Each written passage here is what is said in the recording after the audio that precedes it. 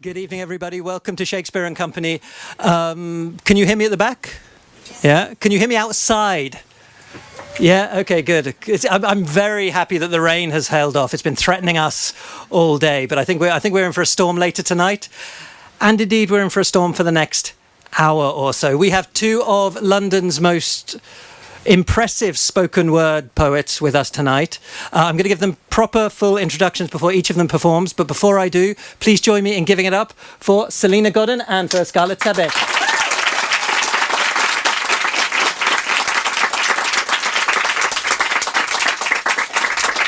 So first up for you tonight is Scarlett Sabet. She's a London-based poet and performer. She's the author of two previous collections of poetry, 2014's Rocking Underground and 2016's The Lock and the Key, launched right here at Shakespeare and Company. She also wrote, directed and starred in the short film Burning, produced by BAFTA award-winning producer Charlie Hanson. Scarlett and her work have featured in GQ, Tatler and Dazed and Confused, among many other publications. Scarlett has performed in venues across the UK and the US, including at the Aspects Literary Festival, No Alibis Bookshop in Belfast, at the Troubadour, the William Morris Gallery, the World's End Bookshop, the Groucho Club and the Southwark Playhouse in London, at KGB Bowery Poetry and Berry's Bookshop in New York, and at Seattle's Elliott Bay Books. In March, Scarlett launched her third collection of poetry, Zoré, with a reading at our sister bookstore, the legendary City Lights in San Francisco. Zoré is Scarlett's most intimate and mature work yet.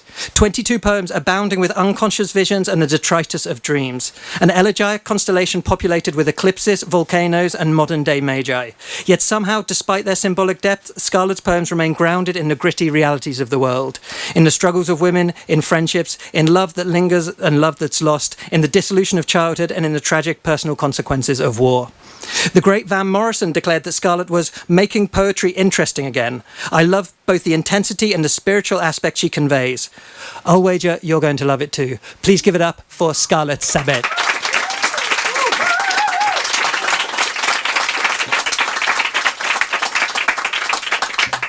Oh.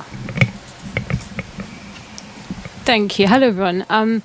Thank you to Sylvia, David, Adam, Alex, Nathan, all the tumbleweeds that work here. It's such a pleasure and an honour. And the first, apart from open mic stuff, the first proper poetry reading I ever did was here in January 2015. And I really appreciate Shakespeare and Company for giving me a chance and for believing in me. And I feel incredibly emotional. I feel later on in 2015, in May, I went to the 50th anniversary of the Holy Communion, which was an event in 1965 which happened at the Royal Albert Hall where Ginsberg went. It was 4 hours of just poetry. It sold out that Royal Albert Hall, which seats thousands. And at the 50th anniversary, I saw this. It was the creme de la creme of from poets around the world, and one of the performers was Salena Godden, and I feel very emotional that I'm sharing a bill with her, so I'm really excited for you all to hear her later. I'm really excited to hear her later. I'm just going to have a sip of water. And it's great to come here and read my new work. I'll predominantly be reading stuff from Zoré. Oh, it's so French, it's in a carton. But the first poem I'm going to start with is from my first book, and it's the first poem I ever wrote. It's called Shackles. I could hardly write my own name when they undid me. Release me from my shackles, the poison hands clinging round my ankles, the sweaty grip on my skin. And my skin was swollen and blue, and even the purest water couldn't wash me as clean as I wanted to be. All for standing up to moral invaders, tortured in my country, in my white tower alone. And all the shadows I recognised I created, and they were all dancing back, hazily back, and they wanted to dance the beat I'd birthed. The same beating of the drum I'd started, but I'd had enough. I felt it was time to run, but I couldn't quite get up. I couldn't quite step up to my own mark. And my companions raised their brows in bemusement at the tears in my eyes as I looked around the room at my own design. Fulfilled my big desire, and my reward was my crying reflection, and the white walls absorbed every word and streak of ink I tried to draw on me. My fingers so swollen and shaken could hardly ever believe they were truly my own. And each shaky morning, I shook up to the biggest level mirror and tried to recognize the little gremlin, wide-eyed and blinking back at me.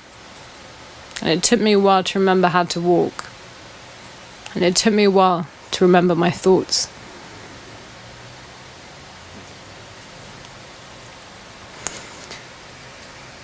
So this next one is a new one. It's called Magus. You heard a rushing of blood in your ears, and I suggested it was the frozen moans and tears of every piece of flesh and phantom you'd inhaled. The down on the stomach, the jutting back of the chin, and the devouring of lips stained and chapped. Something in your kill, every prey wanted you back. And the vapours and the heat and the sweat and the raised skin, the hardness through soft fabric and scarves made a man so full, to be capable of stillness so full. You shifted and disturbed the molecules. So there in the absence you remain, claiming something never again to be attained.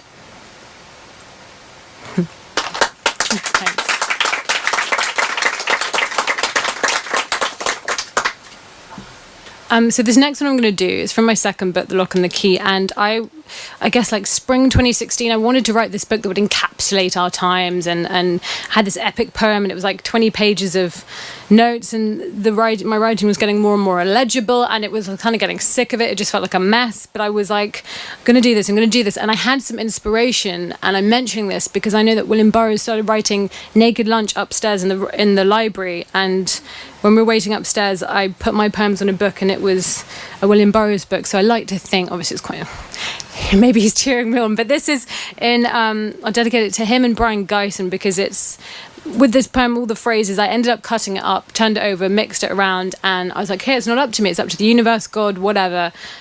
The universe will decide the sequence of this poem. And I called it Cut Up.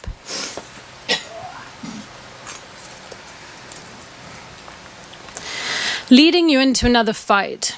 The drip, drip feed of images that cannot be unseen. Pass it on. As walls shut down, crumble, he shrugged, pleading to be allowed home. Loud, then small. They'd privatize the world. Every boy, every girl. Dark rings under his blue eyes. Haunted by the child. And amplifiers distort all the more. Looping the same tape like a pendulum between forget, then remember, and the terror. When I'm going to cry. And that blue-eyed child I still see in the night. Carpets wet as it drips to the floor. Eyewitness. Drip. To be delivered from. Of images that cannot be unseen. Delivered from. Drip. Too sick to leave. The beast you breed and truth flashes through sometimes as the streets of love are drenched in blood. And it feels like vultures have been circling for such a long time. And these are the days, I witness these days full of blood like burning. They remember me in the night, the violence and chaos of days too silently terrifying to fight, will swing in my dreams. Keep on and on. Scratch the back of my retinas. The terror they bellow with their mouths. 1,000 years old. Church is calling you back. Don't like the troublemaker that became of you since. On the blanket. Horrors stacked up, only to dissipate. The drip, drip feed of images that cannot be unseen. And that black-haired boy light burning, but all the ends are the same. Through the wall, the not at all. Just catch a glimmer. Terror drips on the floor for chaos and dread, perturbed like silver. It's there. There is a... Feel the terror through the walls, on his small shoulders. Sometimes you can smell it, but you'll feel it on the tube, the pulse, and surge, and scream. Drip feed. Drip. Sometimes you smell it. My own days, they morph a different way, drown out of what you pray, too sick to stay, and terror picks people off one by one, as blood fills the streets of love, more horror with each wave, the horror stacked up, too terrible, disturbed as days distort, get to feel the not at all, through the wall, the weight of an endless journey, the macabre and obscene offer claws, mouths, learned these things as a child, the same shapeshifters driving everybody wild. And I can't control the prick of my skin. Turn on the news. Tell fear. In God's name. Drip feed, the sting and burn, horror of these days, witness it all again, the rhythm's off kilter, and there's a corrupt filter. Only the silent scream of images too terrible to be unseen.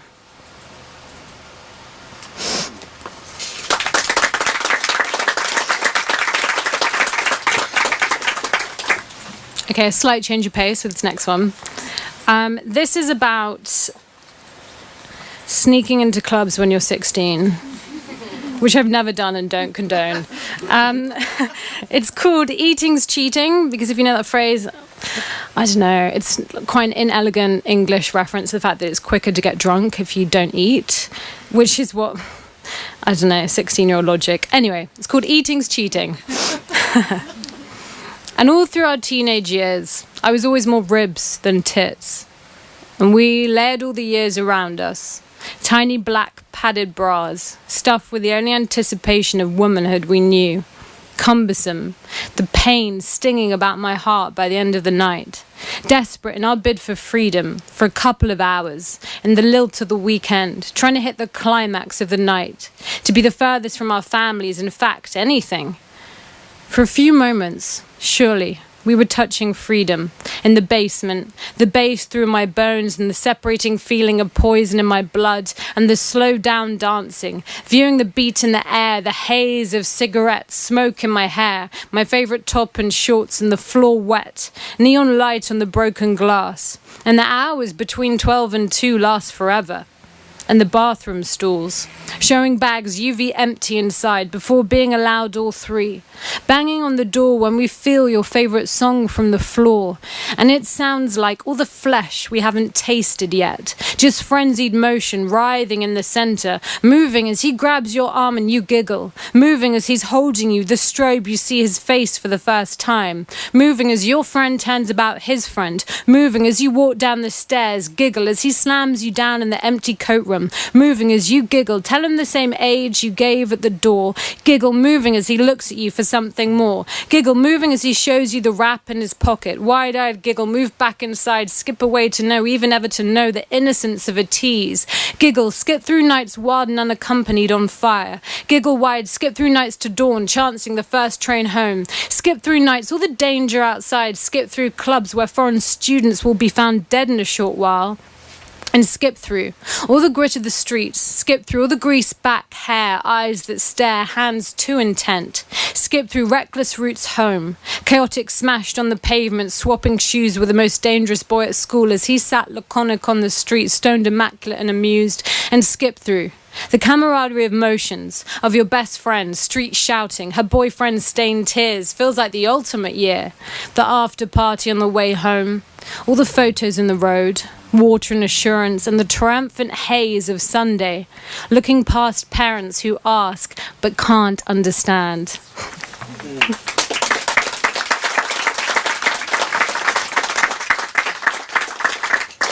I think when you come home, it's like, you don't understand, I'm living, Mum. You don't know, and then, I don't know, 6 years later you realise your parents were right about everything.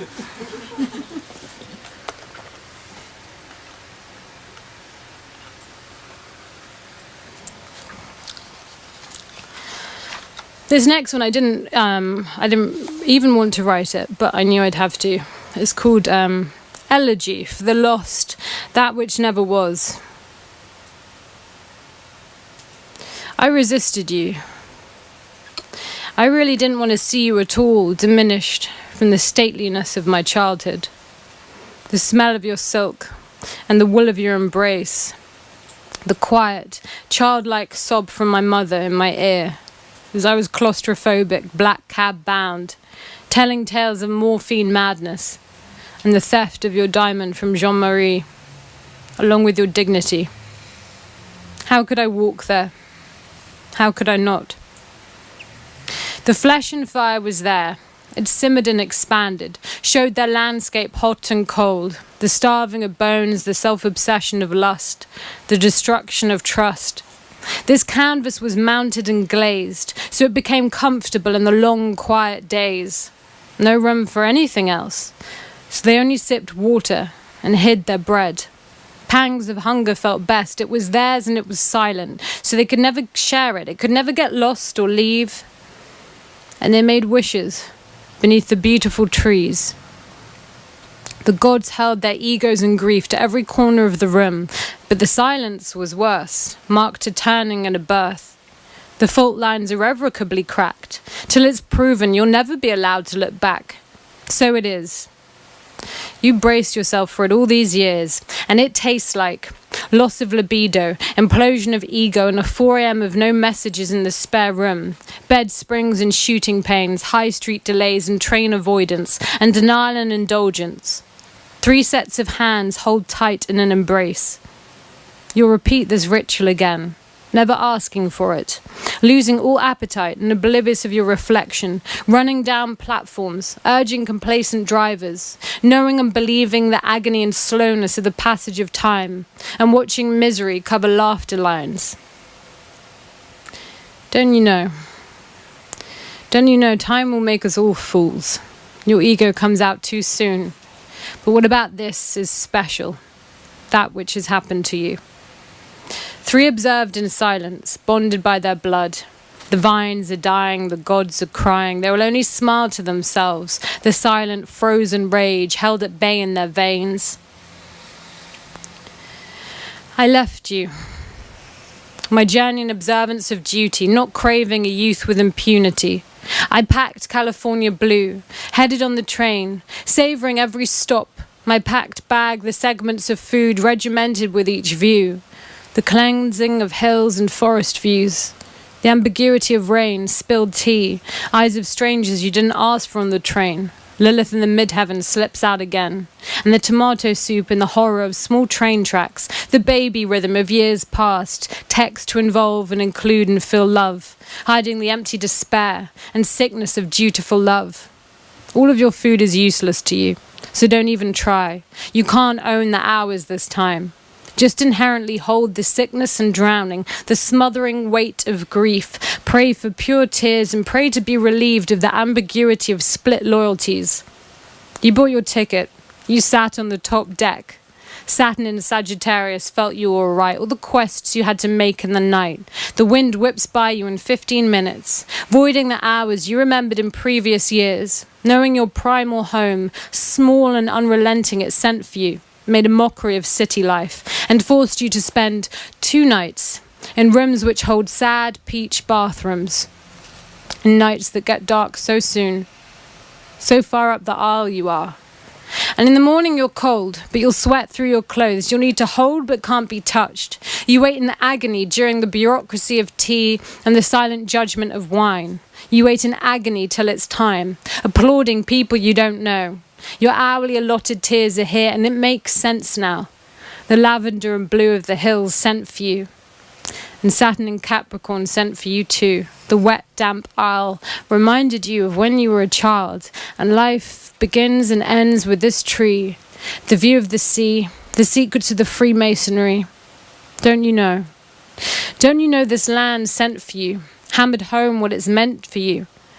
Like a pervert smile, it stayed and watched you for a while, all upside down. You couldn't wait to get out. The weight and pressure was freed. You saw with your own eyes that she was caressed with beautiful, perfect sleep. And by God, don't you love her? You hope she managed to know. You'll sort through her coloured scarves before it next snows. Ides of March, the gods are crying, the vines are dying, and the strongest letters of love will be legible in blood.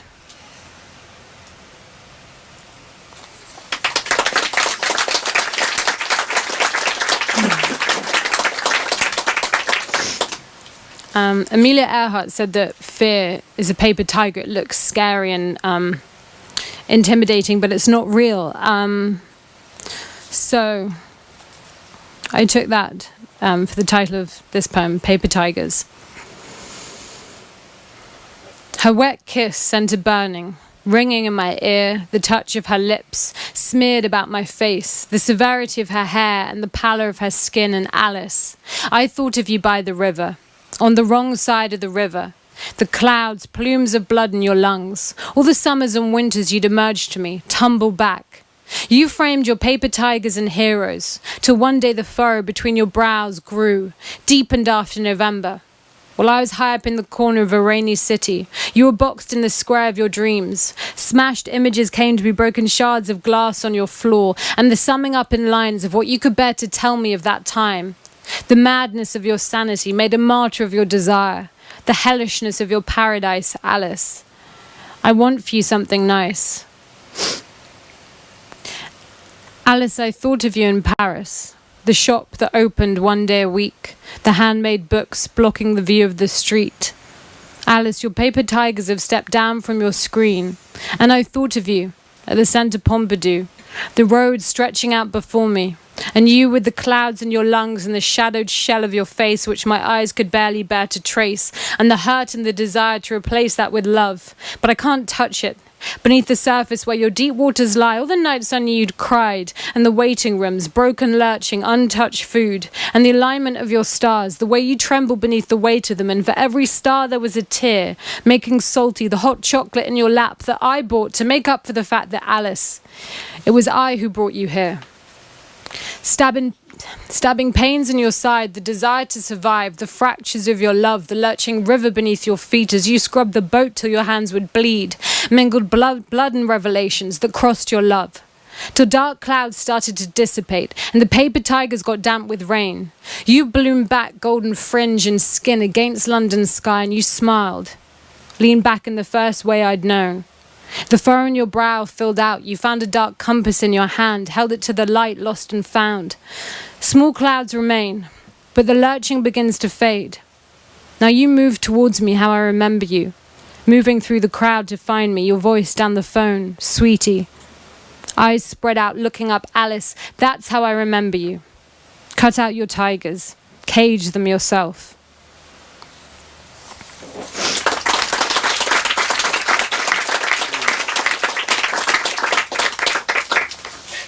Yeah, that was inspired by Paris, or real life events in Paris. Okay. It's funny because I did history A-level, and we studied like Weimar Germany and the rise of Nazism, and I don't know, I think I can't be the only person that studied history A-level in the world or even England, but it's history definitely seems to be repeating itself, and a lot of things that are happening make me think of the period I studied in history at school when there was this mass kind of biblical exodus, and we opened our gates, and now it feels like Europe has said no and turned away and hid our head.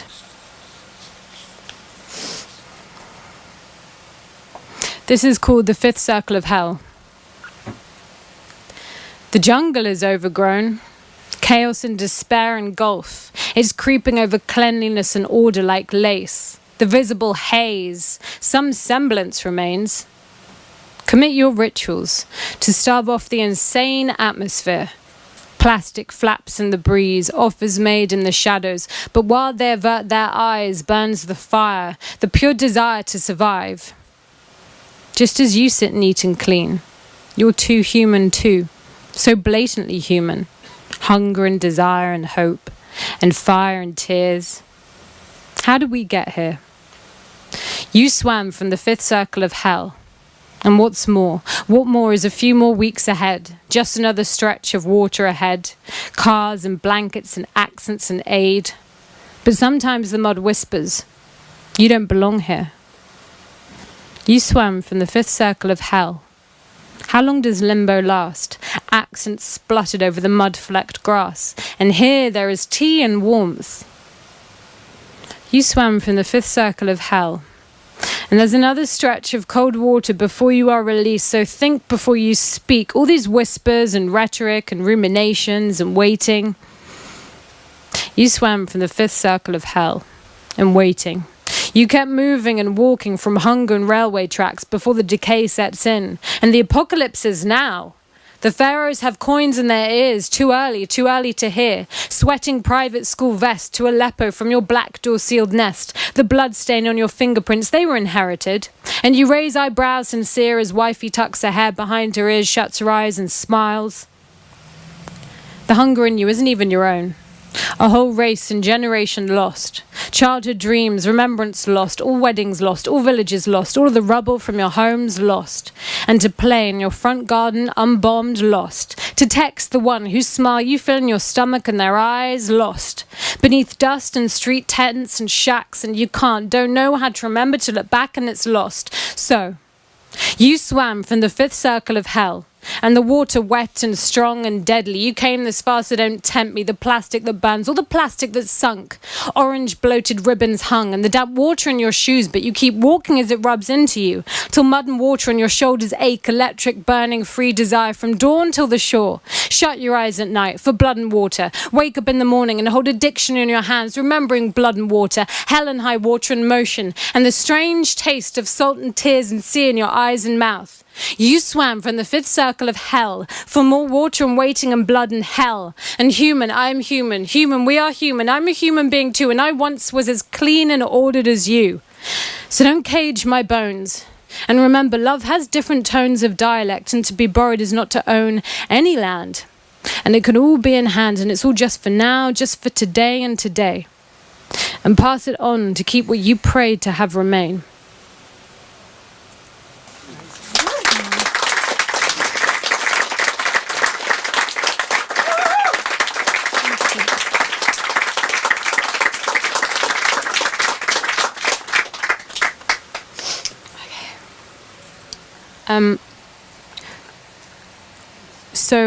My mum's side of the family is actually French. And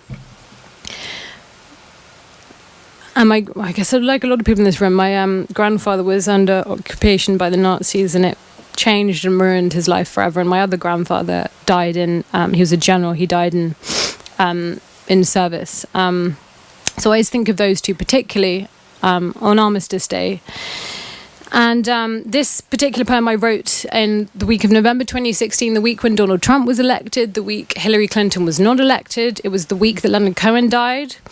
On a kind of more trivial, smaller scale, it was the week my boyfriend was away. The global and the trivial all merged into one poem. So, this is called Armistice Day. On Armistice Day, we wear poppies to remember the dead. My eyes red like the flowers that were washed with the dead. 3 days earlier you were born, and 15 years later your heart was torn. The cycle was compounded 3 times, and I immortalized that loss in lines. Obituaries of the past, present, future tense my shoulders and neck. The absurdity of time carving space in these lines, it's compounded, and this compound like chemicals, the acid drips down the back of my throat. On Armistice Day we wear poppies to remember the dead, but I felt for you. I saw you on the big screen, your banner raised high. You'd bought your only son in his father's suit. It didn't fit him. And meanwhile the warhorse rocked back and forth. She sucked up the blood and algorithms, fed on a diet of sex, deception and regret. Rocking on a hollow horse, she laughed as she walked, so when he pointed to you, spoke for you, I felt for you. Understood your articulation and cry, blinked painfully at the decisions by which you'll come to die. On Armistice Day we wear poppies, and I wept in a black cab on the way to work, waiting for your return.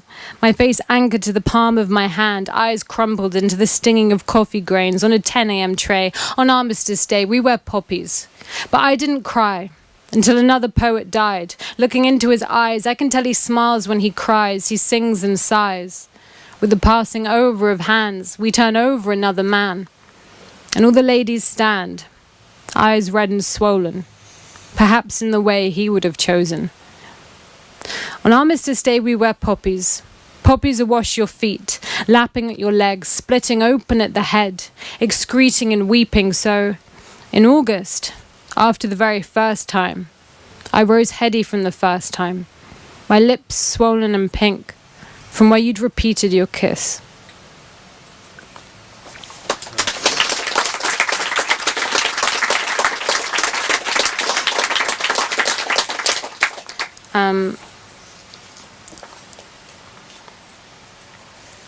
This I wrote in the British countryside, January 2017. But I was kind of watching America, listening to the rhetoric there. It's called Slouching Through Dirty Papers. Breasts like a snail's trail encircling, the passing between mouths, the growing and searching, pains in the gums as the teeth come, spitting out blood, forming the vowels around the mouth of the language that's gaining the most ground as blood dribbles down, aching, emerging for the first or third time, dancing round all the decades between, forgetting how they did bleed, and delivering a harder thud. You savaged us with your sixes, coming relentless and smiling, grabbing hold of tears with impeccable timing. I preferred it when there weren't any words. We could just infer and intone the shadows on the slabs of stone before the evening swelled to grow into nighttime. But we've had such beautiful times. And the slow clap as they're allowed back, walking the tightrope of our times, the lion in the sand washed by the tide. Headless bodies stand to attention, fold arms and wait for repentance. Slouching with knees that ache, stepping forward, hips splint and tingle, the growing pains with your gathering pace beneath candlelight and caps and the cries of don't send them back. And in the birth and the breath, signals a reincarnation and a death. Beautiful white arms holding forth pizza and dreams beneath banners and siren screams.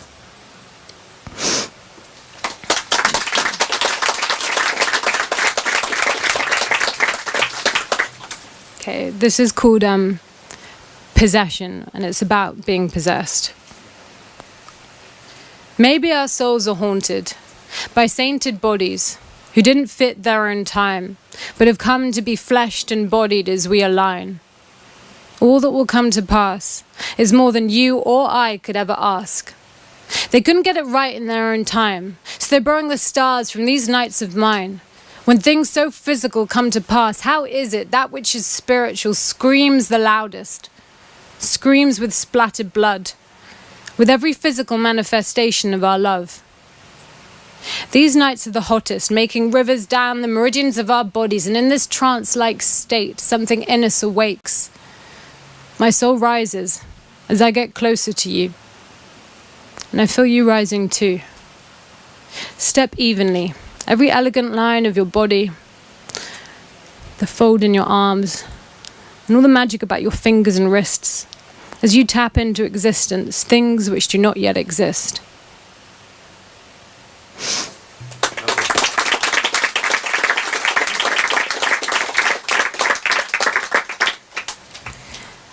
See, it wasn't the first time I saw you. Snatch visions of silver slipping through the rows of haunted souls that all stood to salute you as you wandered through. All that had run cold did ignite. Desire was fired that second night, and I, too tired, bemused, danced home late, unaware we had aligned our fate. Third time came along, you found me in sacred song. The beat you started, I carried on, and we sang side by side as the mystic he plied us with his words. He surely must have stole, for they are sewn to my soul, and you stood firm against an arrogance so sly that did yearn, did try to take me for a patient or a child, and I knelt in prayer all the while. And now the silent tick of the night is our metronome, our light. Every rhythm we make void of human shapes as petty follies leave disgrace. Surely God's here at play. How else could it happen this way? And we'll come to this, a euphoric kiss.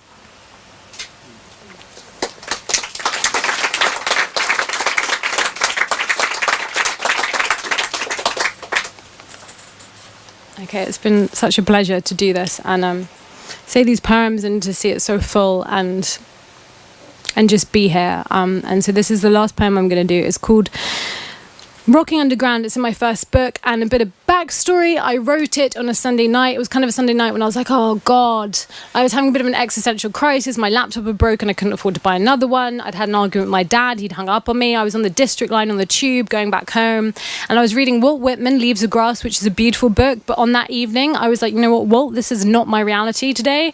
And I put it down, and I was listening to a piece of music, and as someone's backpack was like knocking into my face, I wrote this poem. So it's called Rocking Underground. A city rat, dressed in black, worn down underground, trying to block out the pain, the thoughts that make you go insane, that crawl inside your brain when you weren't looking, distracted by hunger and fame, and the simplicity of your day-to-day pain, until you wake up, look in the mirror, realize you're not the same. You keep separating your brain, but you try to assimilate, continue to be the same, in your own unique way. Jump on the great city train, give up your seat, get on your knees and exclaim, all hail, King of all things the same. Sit back down. Sit yourself back down. Put your brain back down. Back to sleep. Hush your sound because your talk's too loud for things above ground. So let the rhythm rock you. Carry you down back underground where it all smells the same. The girls are so pretty. They all look the same. So don't blame your brain. Don't explain. Don't talk. All the sounds underground make the same sense. No sense. They don't carry a sound. So just keep rocking underground. Thank you very much.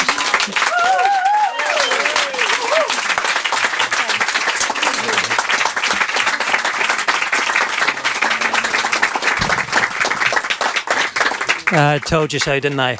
Okay, brace yourself, Shakespeare and Company.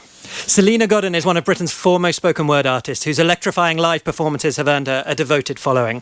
She's the author of the collections Under the Pier and Fishing in the Aftermath Poems 1994 to 2014 and the literary memoir Springfield Road. Her live spoken word album Live Wire was released with indie spoken word label Nymphs and Thugs and shortlisted for the Ted Hughes Award for New Work in Poetry 2017. Now she's back with Pessimism is for Lightweights, a fearless new collection of 13 poems dedicated, as Salena writes in the introduction, to every person who's using their muscle, their voice, their platform, their work, their art, their time and energy to speak out and stand up for human rights. One of the... It deserves it. One of the launch titles of Rough Trade Books, the new imprint from the legendary record label, from the opening rallying cry of Courage is a Muscle, to the taboo taunting majesty of Red, to the stirring closing poem from which the collection draws its name, Pessimism is for Lightweight is the collection our fraught epoch was clamouring for, and only Salena Godden could write. Upon reading Pessimism is for Lightweight, I realised there was no better way to finish this introduction, however, than by firing Selena's words back at her. I love a poet's troubled cry. Thank fuck for that. Bless you, you troubled poet. I thank you for troubling yourself. We thank you for troubling yourself. Please raise the roof for Salena Godden. Thank you. Oh, everyone's being too nice. Oh, I'm all emotional. Oh, such a soppy softy. Right, no, come on, toughen up. Right, come on, we've got hard poetry to do here. We've got to get harden up a bit, right. Ah, that was amazing.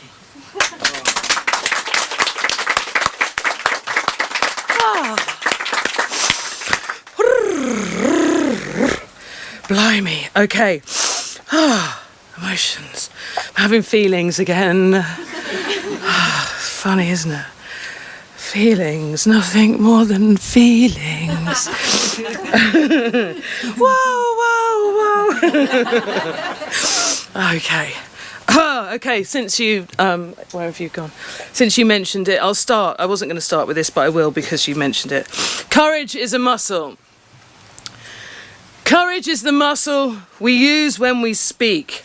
If we're being talked over and told we're too weak. And when we get weary and when it gets tough, it's our united courage says enough is enough. Courage is the muscle we work night and day to get equal rights, to get equal pay. Our blood is taxed, our blood is shame. Our courage unites us for we all bleed the same.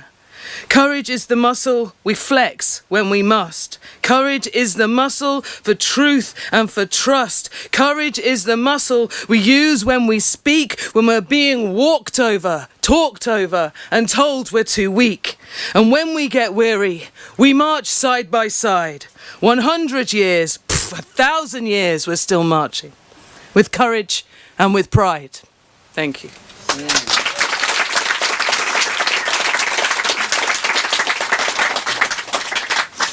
Okay, this next poem's titled Soup. Imagine if 7 people from 7 nationalities came to your home to share one pot of soup. You would have 7 conflicting versions of that soup. Someone would write to note the flavour, another the heat. Someone would write about the meaning of soup, the size of the portions, the memory the soup triggers. Too salty, not enough meat. This is a stew. It's more a casserole. It's a cassoulet. I just put that in. It's quite clever. This soup is a meal in itself. I'm gluten intolerant. It's always one. The hungriest person at the table would just write to thank you. This is human nature. We look around the table and examine the world as we do these dinner guests. We note our differences, skin and manners and clothes and language, and we forget to sing. We forget to celebrate that we are one, that the act of love was sitting down together and sharing a pot of soup in the first place. And we say nothing when they put someone in prison for using their fork to eat their soup. We silence the person that slurps soup from the bowl. And we ignore all women.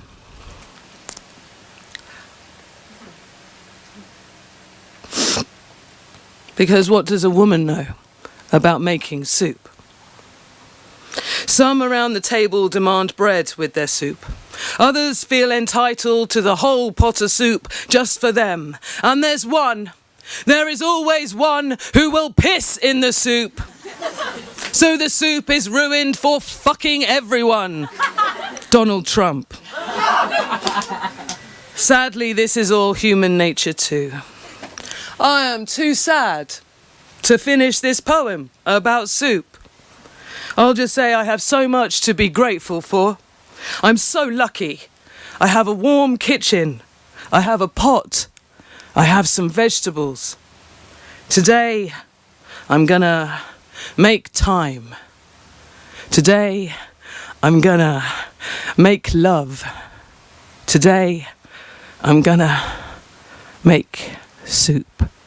Fuck war, make soup.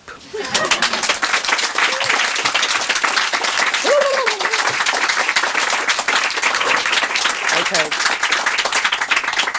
You're really nice. It's nice to meet you all, thank you. Okay, this next one's really new. I've just come back from spending a month in a prison tower on my own in solitude in Ireland, where of course the word trouble and the troubles has a much bigger significance and much more meaning. And then when I came back, there was the referendum. So shout out to the women of Northern Ireland that are being left high and dry right now.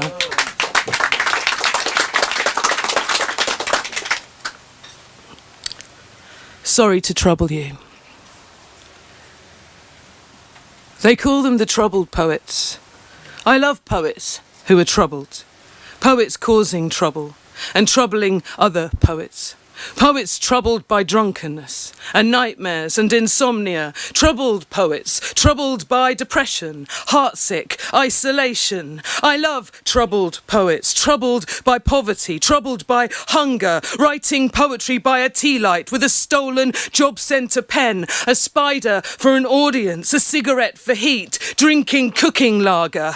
I love troubled poets, troubled by conflict, scribbling poets in Yarlswood Immigration Removal Centre on their own wrist with a piece of glass. I love that troubled poet, troubled in refugee camps, troubled in children's homes, troubled in shop doorways, sleeping rough in rain-soaked rags, relying on food banks, eating cold beans from the tin, using newspaper for a sanitary towel. I love troubled poets, troubled in the trenches, troubled by apathy, troubled by abuse, troubled by torture. Poets writing in blood in prison cells and given public lashings for writing, just for writing blogs and publishing poems, and then stoned to death in the town square for their troubled poets writing and fighting for human rights, troubling themselves with all that's unsaid and all that's meant inside the graffiti. I love a poet's troubled cry. Thank fuck for that. Bless you, you troubled poet. I thank you for troubling yourself. I love you, troubled poets who start trouble, speaking speaking up for freedom, for an end to the killing. I hear you, troubled poets, troubled by silence, troubled by violence, troubled by a lack of light, lack of truth, troubled by the troubles of the world. Rocks in your pockets, stones under the tongue, wading into icy water, tying a hangman noose around a troubled throat, gargling your troubled words in the end. I love a troubled poet that troubles itself, a troubled poets troubling themselves, peeling onions in a Calais kitchen, protesting at Downing Street, Stormzy singing "You Think We Forgot About Grenfell." I love that troubled poet. Troubled poets sharing, airing their troubles in public. Poets who trouble themselves with trouble. I love the poets who are bothering to trouble us. Poets who bother to trouble themselves. Troubled poets who are troubled by this terrible, terribly troubling, troubled world.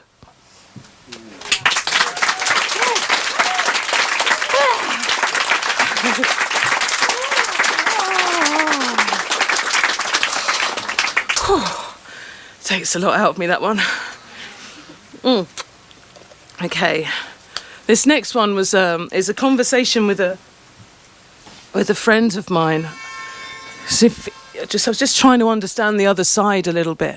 I was trying to understand what makes someone racist, what makes someone hate, and this was my friend's explanation. It's all about the pathways. It's all about the pathways, Kay said. We make neural pathways in our head for people to process ideas. We make connections and repetitions, Kay said. Grief hurts, and losing someone hurts, and death is painful because your head is dissolving the neural pathway that was made for that person. It grows in your head, Kay said, like a branch of ivy in your head, Kay said. And it works the other way too. For example, a racist has made a neural pathway of hate, a pattern of repetition and narration of a version of events. And the more the racist repeats that story, the thicker the branch grows. When we latch onto an idea like loving someone or like hating someone, we make a pathway, sticking to one narration, one version about a person or subject until the ivy knots in our head, Kay said, and the branch, it gets thicker and thicker. The pathways we create, love and hate, we get stuck, and then we cannot see reason or light.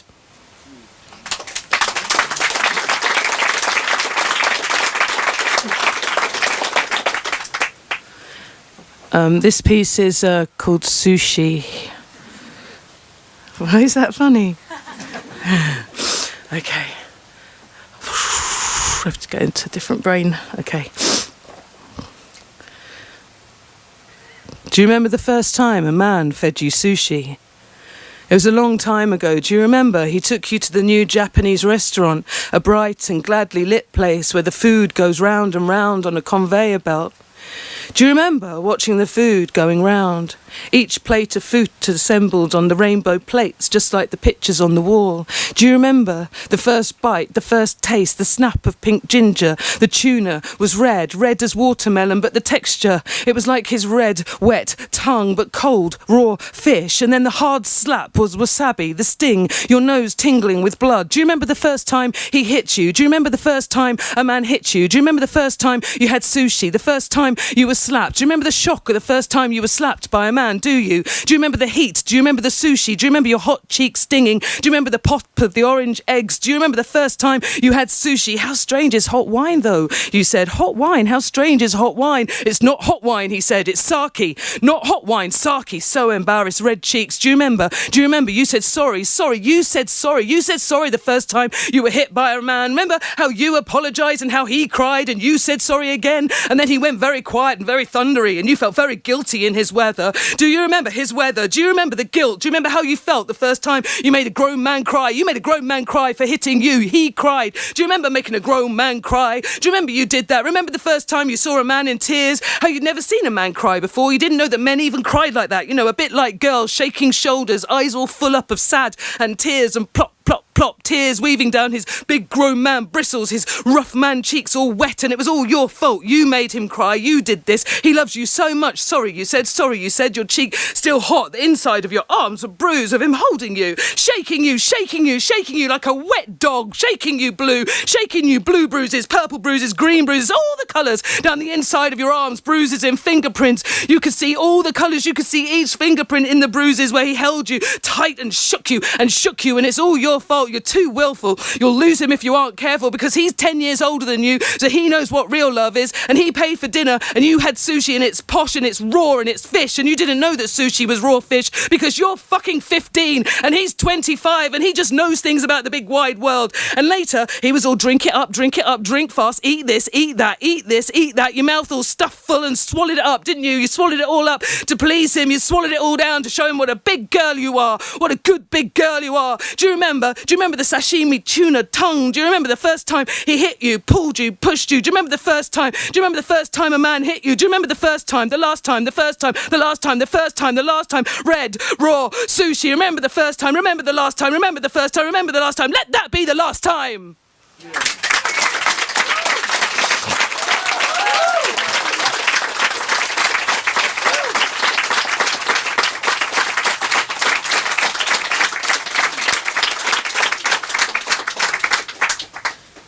Thank you. Haven't performed that one before, so should we lighten up a bit? Okay.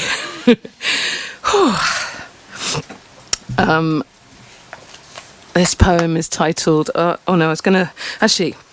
thought I might read a tiny bit. I wrote an essay called Shade, which was in The Good Immigrant. I don't know if any of you read The Good Immigrant, but the Shakespeare & Co. was so lovely, and they tweeted about the book, and they really helped it. It was a crowd-funded book of 21 essays about what it means to tick other in 21st century Britain. I'm just going to read a tiny bit from that to sort of say thank you to Shakespeare & Co. for that support. It really meant a lot for a crowd-funded book that we all sort of had. It was real people power, which is an amazing thing. All I can do is keep on keeping on. Keep on sailing my good ship.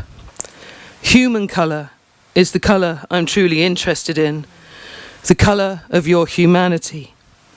May the size of your heart and the depth of your soul be your currency. Welcome aboard my good ship. You can eat from the cooking pot of mixed culture, bathe in the cool shade of being other. There is no need for a passport. There are no borders. We are all citizens of the world. Whatever shade you are, bring your light, bring your colour and bring your music. Bring your books, bring your stories and bring your histories and climb aboard. United as a people, we are a million majestic colours. Together, we are a glorious stained glass window. We are building a cathedral of otherness, brick by brick, song by song, and book by book. It is a beautiful morning. It is the first light on the time of being other. So get out from that shade. Feel the warmth of being outside. We tick other.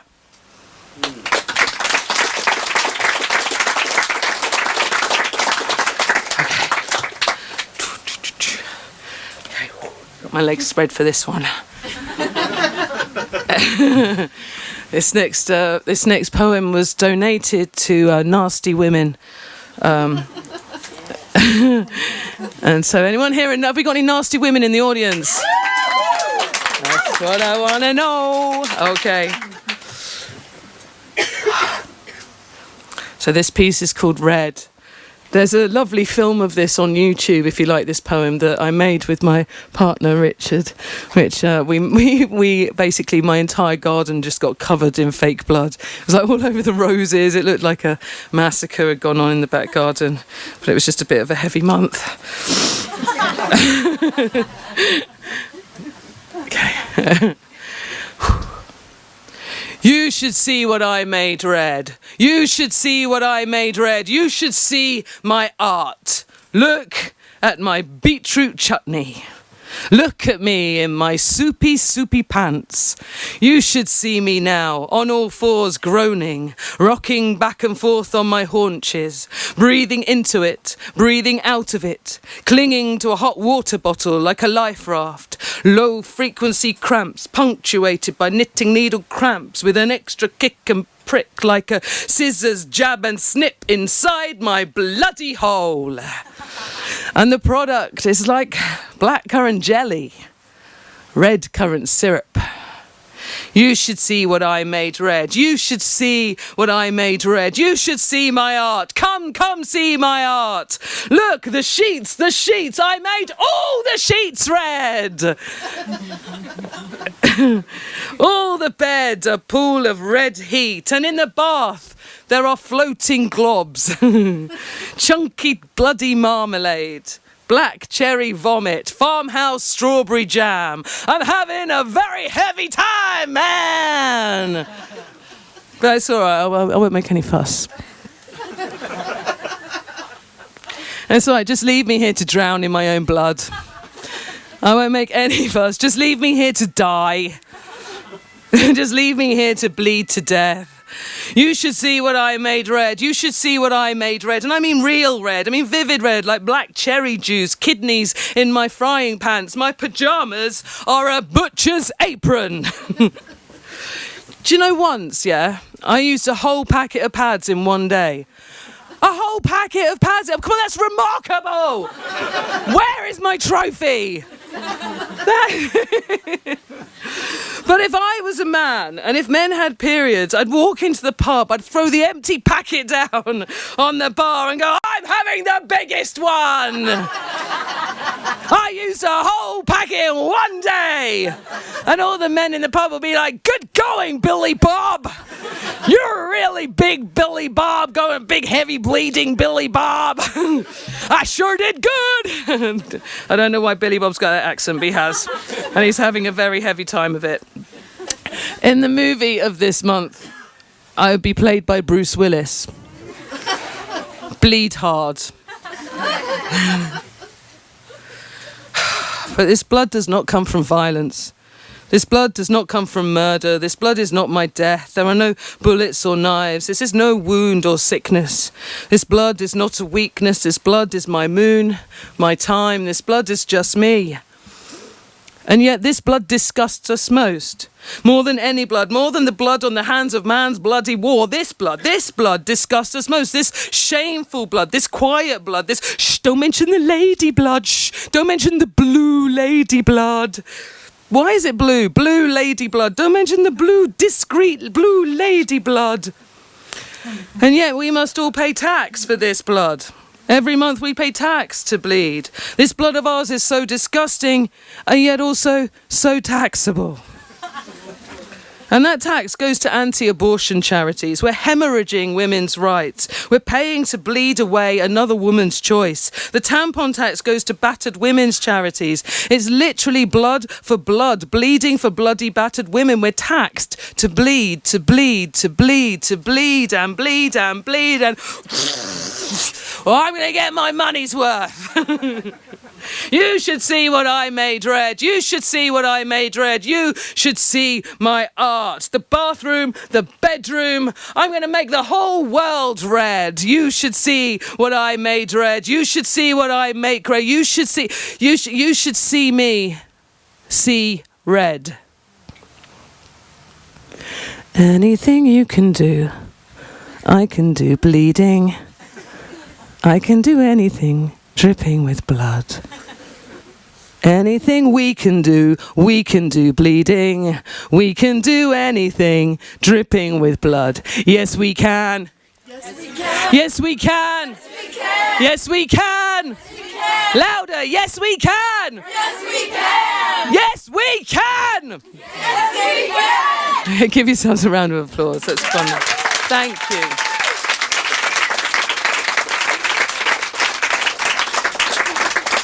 I think I must be coming to the end of my time. I didn't time myself because there are new ones. I said In response to that beautiful one you did with the magic and the possession and I'll do this one for you. This one's called Sage. This is for all the witches in the audience. The hot moon has nudged us awake, called us to come barefoot and naked-hearted. Stones circle the flame. We cut and burn a ringlet for all the memory that hair holds of you and of then. Slit a fish throat, metaphorically. Open the sea and all the wet sky and then let go of all those gulped words. It's safe to cough them up now. Your throat jammed with rage, furry with unspoken things. Remember how they shushed you? For you were being a girl, too loud, they said, and such messy hair. Then when you grew beautiful and strong, you were all wrong. So laugh. Belly laugh, your teeth all licorice, your face is a festival, mud and ash, smoke and cider, daub their doll's house in clots, add salt for the truth of it, add pepper for the courage this always takes, every lifetime, over and over again. You are the survivor of ideas they cannot burn, you are your own ghost's wildest dream. Here's some sage. Stick that in your bowl and smoke it. Burn earwax for all the listening they will not do. An eyelash for the lucky charms of you. Prick your finger and write in blood, I promise I will never ever shush. Then roar, bold enough to wake your elders. Pour oil on the fire and spit and crackle as all your hurts uncurl. Add water. She remembers everyone, every drop of every one of us. Be seen for which drop you are. The truth of it shines in your tears. Take a good slug of rum. And then swig another and feel the burn. Look it in the terrible eye, the spirit walking in your veins. You won't bleed for much longer. The trouble of it leaves you. Tie it with string.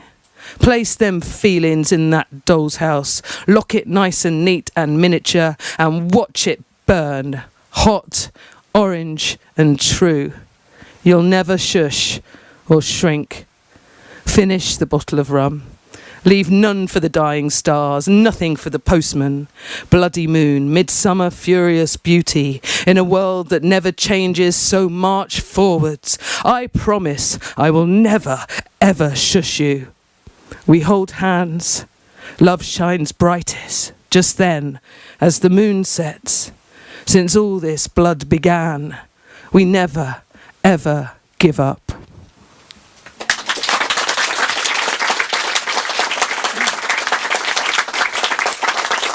Thank you. You're very generous. It's very hot in here, so I'll let this be the last one. Here's the title piece, Pessimism is for Lightweights. Okay. Think of those that marched this road before, and those that will march here in years to come. The road in shadow and the road in sun, the road before us and the road all done. History is watching us, and what will we become?